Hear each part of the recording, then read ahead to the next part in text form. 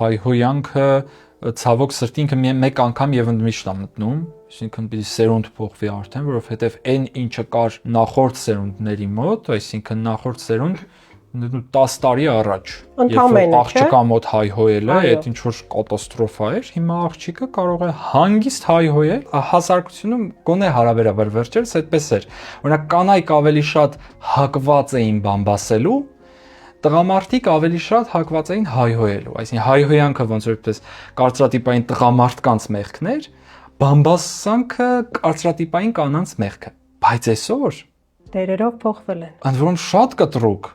տղամարդիկ տոտալ բամբասանքի մեջ են հայտնվել, իսկ ամենազարհուրելին է, որ կանայք հանկարծ, այն էլ տարիքով կանայք, հայ մայրերը, տատիկները, հանկարծ տոտալ մտել են հայհոյանքի դաշտ, ու ընդ որում դա դրսևորվում է շատ համացանցում։ Այո։ Դու նայում ես ոնց է կինը, ընդ որում fake edge-ից էլ չէ, թորի հետ նկարով, մեկնաբանություն նույնիսկ հայհոյանք տալիս, որ դու որպես տղամարդ կարող ես նույնիսկ նոր հայհոյանքներ բացահայտել քեզ համար։